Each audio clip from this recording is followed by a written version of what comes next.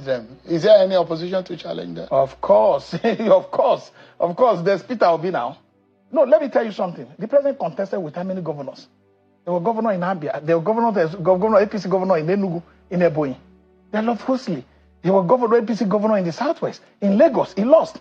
So it's not the whole system of playing politics has died. Because the analysis of political analysis is that the way and manner that opposition has composed and coordinated themselves, there is no way that is a express way for Tinubu to get a re-election in 2027. I'm trying to. There is no opposition. Let me give you statistics. No matter how coordinated the opposition is, APC is more in panic mode. That endorsement of the president was all about panicking.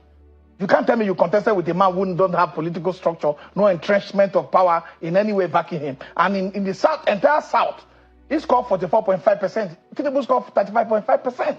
When we came to the North, OBC scored a large chunk of the vote with 50.2%. So you can't have a man who has scored 25% in 16 states and 50% in 7 states. And you say that you are good. And these are organic votes. These are not votes that were controlled by money. These are not votes that were controlled by people, by party entrenched leaders or elected officers who bring out money and say, go and vote for my candidate. No, Nigeria decided. So I think the opposition, no matter how uncoordinated they are, if they get the answer right, if they put up their best their best candidate forward, well, I'm telling you that APC, we have nowhere to hide. They will not even see the last vote they got, they won't see it in the 2027 election because the performance is bad. There's so much hunger in the street.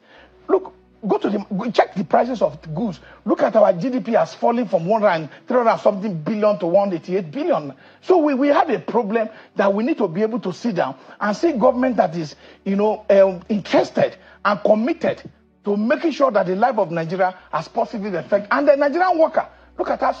They're not getting any money. They're opening all sorts of new agencies for 100 billion, putting Yakubu Dura. We can't have favoritism in government. We can't have government that wants to just solely be able to, put people who are supposed to be their structure in place.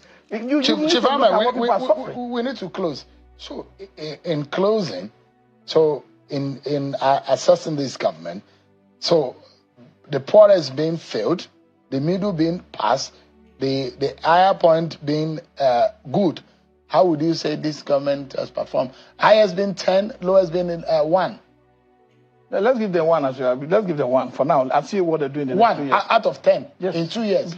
People are suffering. They cannot get promoted into the next class. The price of goods is passed. They can't get promoted. So this government has failed as far as you're concerned? As far as many Nigerians are concerned. You can do voice properly. Go to the street, carry microphone and ask Nigerians. It's not me. President Bola Tinubu, you have heard. That is the assessment of Chief Peter John Ame, 2019 presidential candidate and the former national chairman of the Interparty Advisory Council. Thanks so much indeed. Thank you for having me. Although the yacht that you mentioned